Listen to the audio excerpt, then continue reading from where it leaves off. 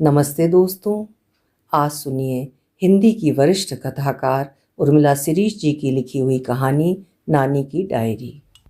उर्मिला शिरीष जी हिंदी साहित्य जगत में एक मजबूत हस्ताक्षर मानी जाती हैं।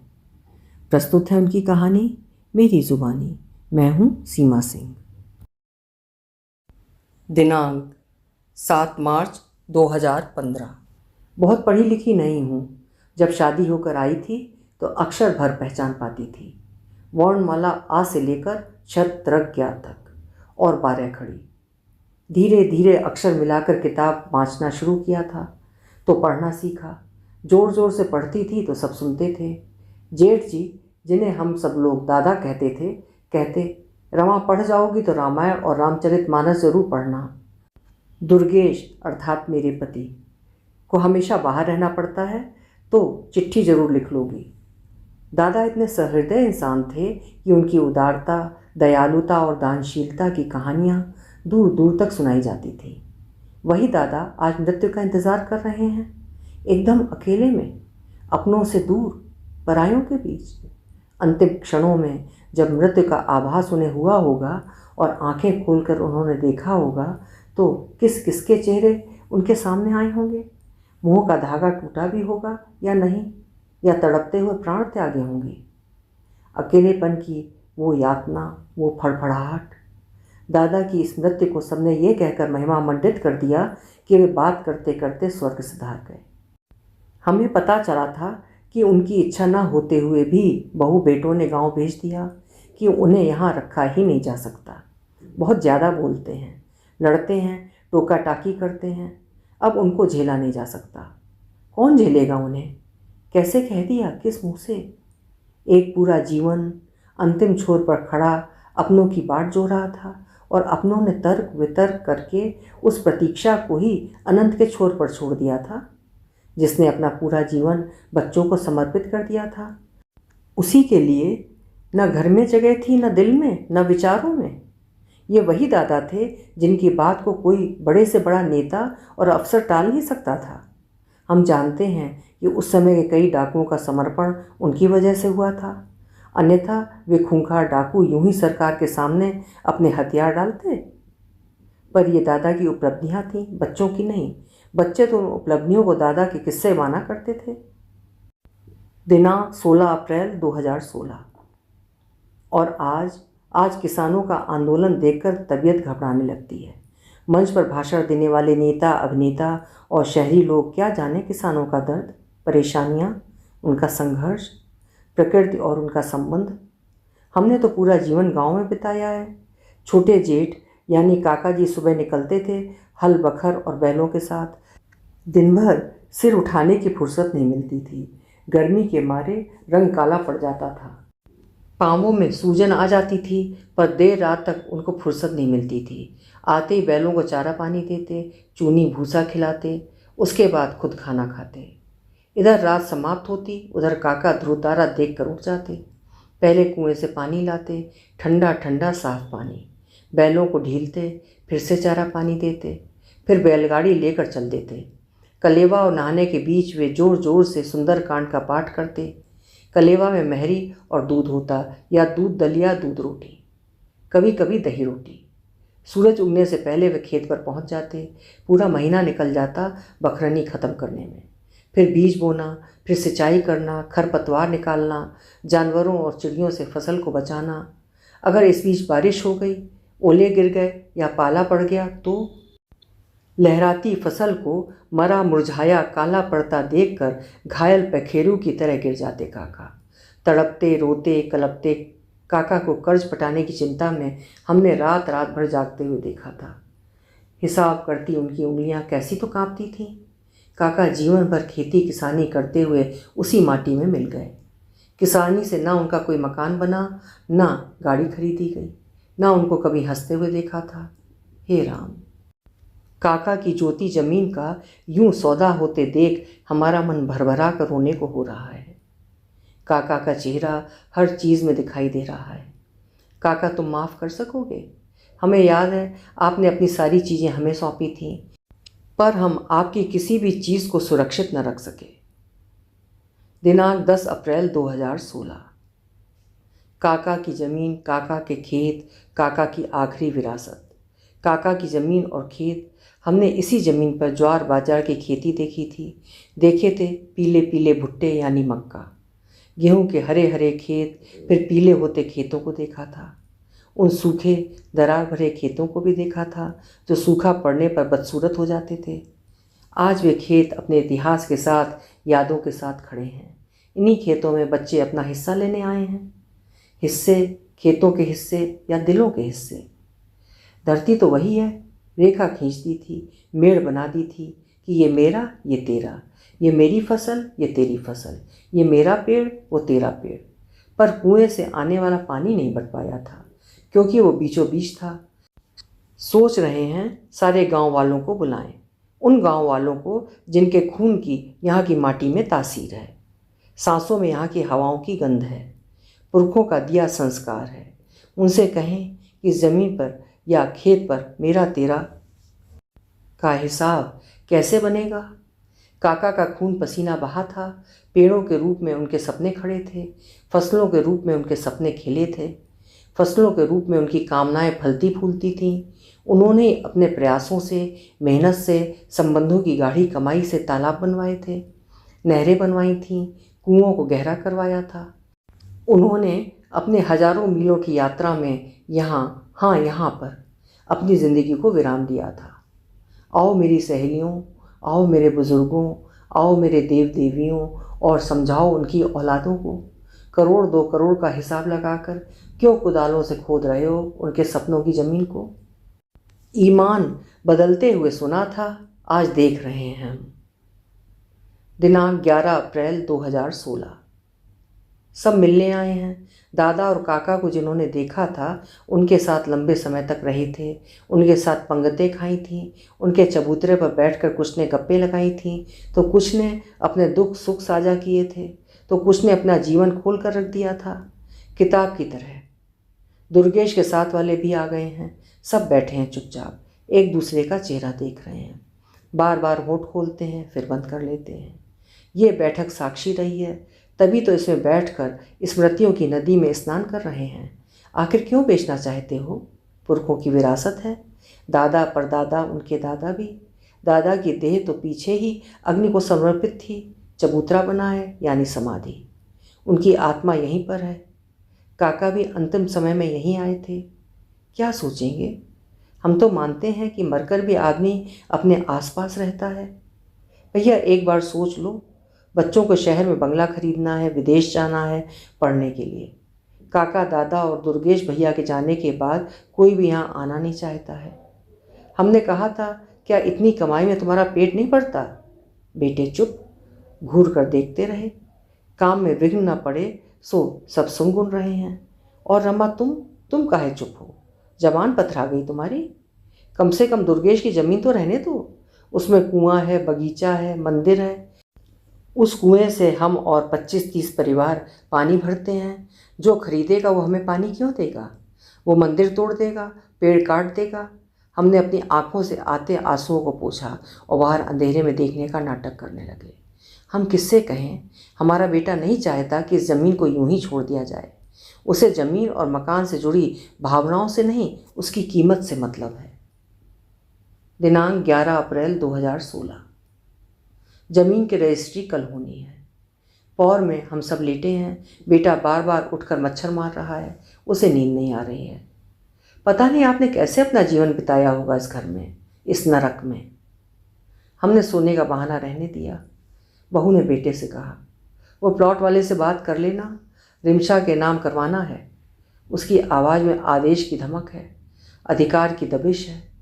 हमारा मन धक धक कर रहा है। सोचा था इस बुढ़ापे में कुछ समय यहाँ आकर रहेंगे, कुछ गरीबों की मदद कर दिया करेंगे। पर अगर ये ज़मीन और खेत भी चले गए तो क्या रह जाएगा? यादों की पोटली निकाल कर कल्पा करेंगे।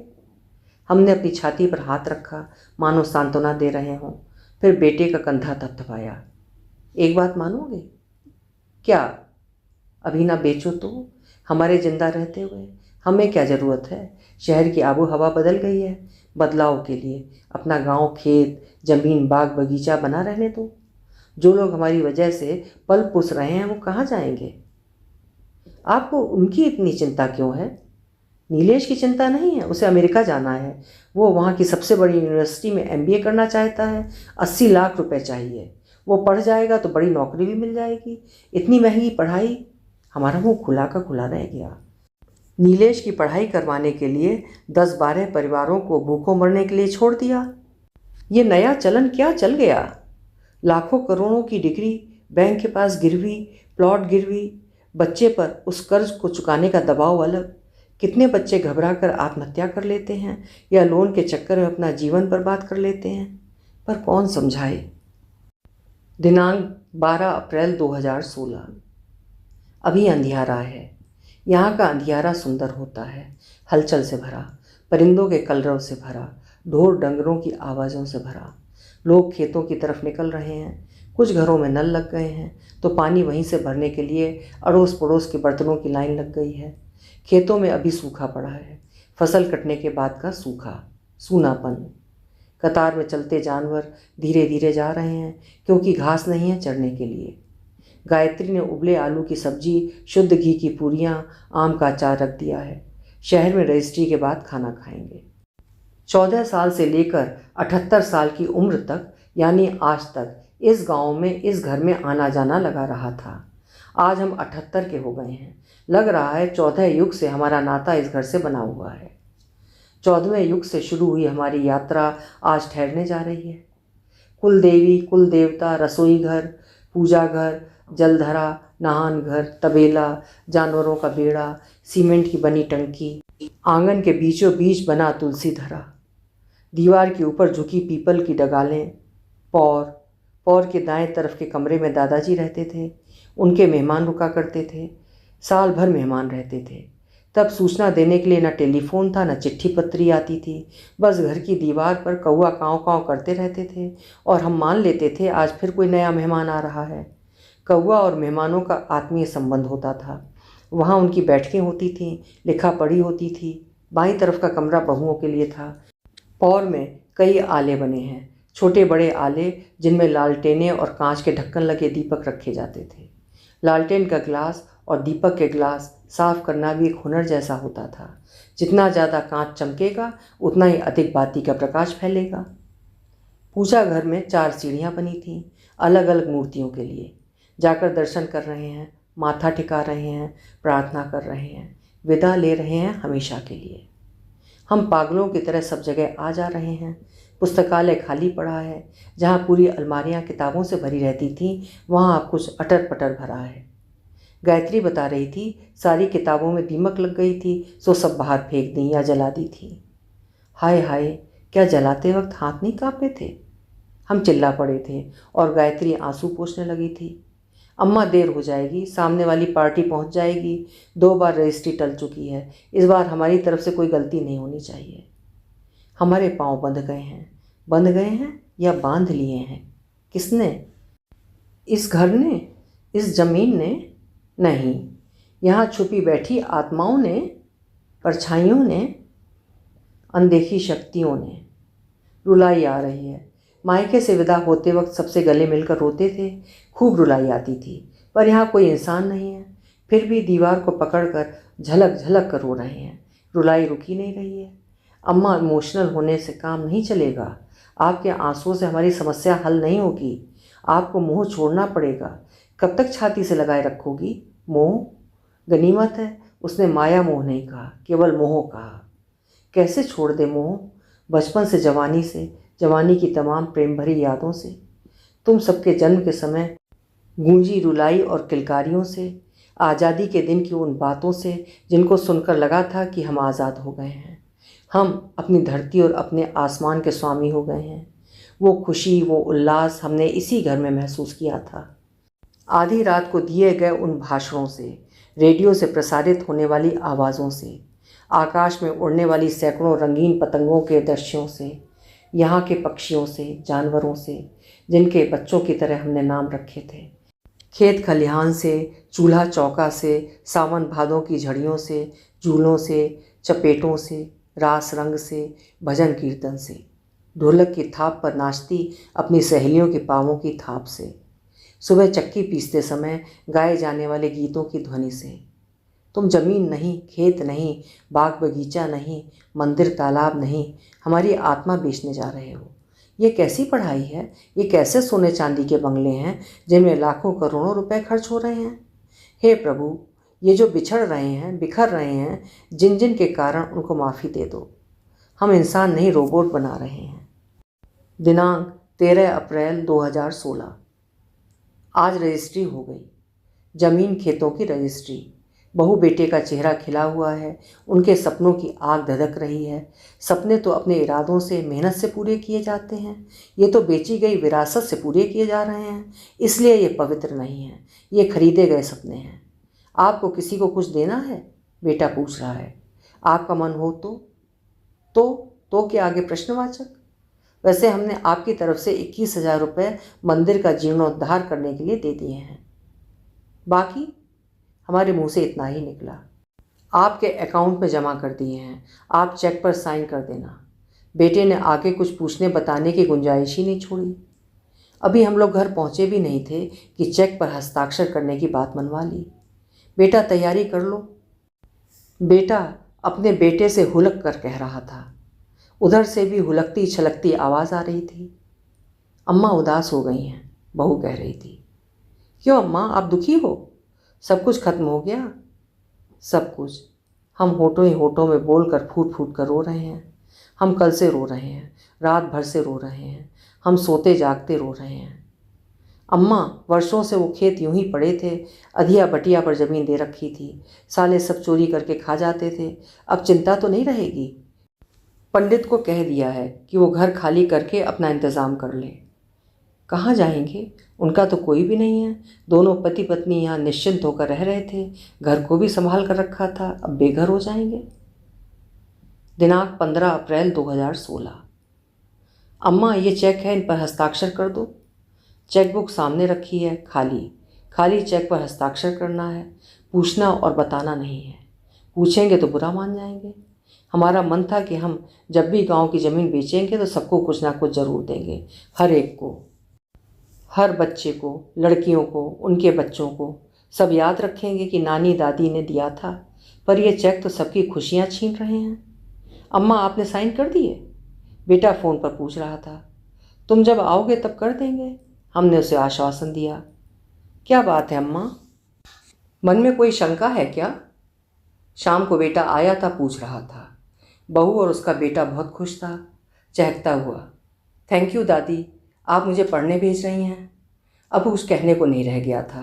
कहना चाहते थे कि कुछ पैसा मालती को देना है, कुछ सुनीता को, कुछ नीलिमा को, कुछ नीलिमा के बच्चे को। दोनों बेसहारा हैं, कोई साधन नहीं है, 24 घंटे काम में लगी रहती है, पर मिलता क्या है, बचता क्या है?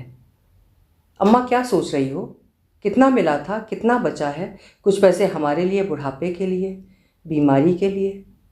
बस इतना कहना भर था कि बेटे ने चेकबुक और पेन उठाकर फेंक दिया था। चिल्ला कर बोला था, आपको हिसाब चाहिए? आपको क्या लगता है कि हम आपसे कुछ छुपा रहे हैं? आपका मन नहीं है तो बिल्कुल मत दो। हिसाब? हम क्या हिसाब मांगेंगे? दे सकोगे हिसाब? हमारे जीवन के एक एक वर्ष का, जो हमने दिया था बच्चों को पैदा करके, पालने, बड़ा करने, पढ़ाने, नौकरी लगवाने और तुम्हारे बच्चों को भी बड़ा करने में, दोगे हिसाब? जब तुम सब देश विदेश में घूम रहे होते थे और हम तुम्हारे बच्चों को संभाल रहे होते थे, तुम्हारे पिता बाहर जाते और हम निपट अकेले गांव में और बाद में शहर में अकेले रहते थे, दे सकोगे हिसाब? हमारी इस उम्र का जो बीती है सिर्फ घर की दीवारों में, क्या हम इतना भी नहीं पूछ सकते? हमने अपने बेटे से कहा था, या नहीं, या मन ही मन कहा था। हमारे हाथ काँप रहे थे, आंखें धुंधली हो गई थीं। हमने हस्ताक्षर करने चाहे पर वे बिगड़ गए।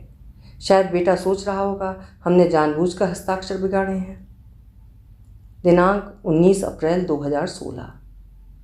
एक तूफान आया था, गुजर गया, सब कुछ उड़ाकर उजाड़ कर चला गया। हमारा मन, हमारी आत्मा से गुजरा था वो तूफान। हमारी इच्छाएं और कामनाएं कुचल गई थीं, हमारी शक्ति खत्म हो गई थी। हाँ, हम शक्तिहीन हो गए हैं। हम तब ज़्यादा ताकतवर थे जब चक्की पर आटा पीसते थे या कुएं से मटके भर भर कर पानी लाते थे। हम तब ज़्यादा ताकतवर थे जब 15-16 लोगों के लिए खाना बनाते थे, खेत पर जाते थे, हम तब ज़्यादा ताकतवर थे जब सैकड़ों परेशानियों में रहकर भी सबके साथ काम करते थे। आह मेरे भगवान, तुमने सब कुछ दिया पर हमें निर्णय लेने की ताकत नहीं दी। तुमने सदियों सदियों से आदमी के दिमाग में सत्तासीन होने का लोभ भर दिया है कि वो पिता हो या पति या बेटा। हम स्वयं को सर्वोपरि मानते हैं, माँ से भी ऊपर, सर्वोपरि। 69 साल की माँ कुछ नहीं कर सकती, कुछ नहीं पूछ सकती, लेकिन 45 साल का बेटा सब कुछ बिना बताए बिना पूछे कोई भी निर्णय ले सकता है। हमें इतना लिहाजी क्यों बनाया? हमें बोलने विरोध करने की ताकत क्यों नहीं दी? क्या हमें बुद्धि की कमी है? अगर बुद्धि की कमी होती तो हम बिना स्कूल जाए बिना ट्यूशन के इतनी किताबें कैसे पढ़ लेते? कैसे अपने बच्चों को पढ़ा लेते? कैसे हजारों लाखों का लेखा जोखा रख सकते? हम रात भर से जाग रहे हैं। खिड़की के पार बाहर सड़क दिखाई दे रही है। सड़क पर कुत्ते सोए हुए हैं, एक आध गाय भी। गाड़ियाँ खड़ी हैं, 1 2 3 4, 4 गाड़ियाँ। बेटे बहू के पास 4 गाड़ियाँ। नीलिमा के पास एक भी नहीं है। कपड़ों का अंबार, जूतों चप्पलों का ढेर, जेवरों के अनगिनत बॉक्स। एक बॉक्स तो घड़ियों से भरा रहता है। हमने अपनी खिड़की से रात को बीतते देखा है। सुबह की उजास ने रात्रि का सूनापन खत्म कर दिया है। दूध, पेपर, सब्जी के ठेले वाले, बाइयाँ, सब ने सड़क का सन्नाटा तोड़ दिया है। घूमते हुए बेटा इधर आता है। वो आया, सामने बैठ गया। अम्मा, गांव की याद आ रही है? आप दुखी हो? सच बताना, ज़मीन बिकने से या पैसा देने से? सवाल सीधा सीधा था। हमारा मुंह बंद था। हमारा मन संतप्त था, नाराज़ था। हमारा हृदय कलप रहा था। तुम्हारे पास इतना पैसा है, क्या करोगे? ये क्या बात हुई? जवाब दो। फालतू की बात है ये तो अम्मा। अच्छा अम्मा, ये चेक रह गया था साइन होने के लिए। चलो इस बार आपको चारों धाम की यात्रा करवा देते हैं, बढ़िया फ्लाइट से ले चलेंगे। चारों धाम? अम्मा की दुनिया क्या चारों धाम पर जाकर समाप्त हो जाएगी? अम्मा तो इस पूरी धरती की हैं। हम अब बातों में आने वाले नहीं हैं। क्या करोगे? बुढ़ापे में सेवा ही तो नहीं करोगे? नाराज़ हो जाओगे? रोज़ मिलने नहीं आओगे? हमें स्वार्थी और लालची कहोगे? हमने तुम्हारे सपने पूरे नहीं होने दिए। हमने पेन उठाकर ड्रॉअर में रख दिया था, और चेकबुक भी। चेकबुक में राशि और नाम भी लिखा था, बहू का नाम। बहू का नाम क्यों? आप समझती नहीं, इतना पैसा एक ही अकाउंट में नहीं डाल सकते ना। तुम्हारा नाम, बहू का नाम, तुम्हारे बेटे का नाम। क्या नीलिमा और सुनीता मेरी संतान नहीं है? उनका इस पैसे पर कोई हक नहीं है? वे भी तो वहीं जन्मी थीं, खेली थीं। फिर इस पैसे में, इस बेची गई ज़मीन में उनका नाम, उनका हक क्यों नहीं? क्यों? अगर बेटा गलती कर रहा है, वो गलत है, तो हम भी तो गलत हैं, गलती कर रहे हैं। हमने चेक फाड़ दिया, चेकबुक उठाकर ड्रॉअर में रख दी। बेटा हक्का बक्का सा हमारा चेहरा देखता रह गया। उसके मुंह से एक भी शब्द नहीं निकला। वो उठा झटके के साथ, तिलमिलाता हुआ बाहर निकल गया। उसका पूरा शरीर कांप रहा था। दिनांक 23 अप्रैल 2016। आज तीसरा दिन है। ना कोई फ़ोन, ना कोई बातचीत। हम भी चुप हैं, देखते हैं आगे क्या होता है। हमने पैसा नहीं, अपना आत्मसम्मान बचाया है, अपनी इच्छा को ज़िंदा रखा है, किसी के लिए कुछ करने की इच्छा। अभी एक नई लड़ाई है, विरोध करने की लड़ाई, उपेक्षा सहन करने की लड़ाई, या नसीहत देने की इच्छा को न मानने की लड़ाई। हम सबके लिए सारी लड़ाइयाँ और विरोध के लिए तैयार हैं। हमने जीवन में सब कुछ खोकर भी अगर इतना कुछ नहीं बचाया तो जीने के लिए बचेगा ही क्या? और बात ज़रूरत और गैर ज़रूरत की है। बात कमज़ोर को सबल बनाने की है। बात परिवार में बच्चों के बीच समानता लाने की है। अब तक जो होता आया था उसे ख़त्म करने की है। यह नहीं होगा बेटा कि तुम हवाई जहाज़ में उड़ो और इसी परिवार की लड़की ज़मीन पर पैदल चले। तुम बंगलों में रहो और वे किराए के मकान में। अब हिसाब होगा। तुम्हारे पिता ने हिसाब नहीं किया था, पर हम बराबरी का हिसाब करेंगे, समझे? अब देखते हैं सम्मान हमारी इच्छा का होता है या बचे हुए रुपयों का। नानी की इस डायरी के साथ एक लिफाफे में उनकी वसीयत रखी थी, जिसे खोलने की हिम्मत वो नहीं जुटा पा रहा था। अभी आप सुन रहे थे उर्मिला शिरीष जी की लिखी हुई एक बेहद भावनात्मक कहानी, नानी की डायरी। माँ के हृदय में अपनी संतानों से बराबरी का ममत्व होता है। माँ के हृदय के भावों की एक एक परत लेखिका ने खोल के रख दी है। उम्मीद है नानी की डायरी के सभी भावों से आप भी सहमत होंगे। कल फिर मिलेंगे एक नई कहानी के साथ। नमस्कार।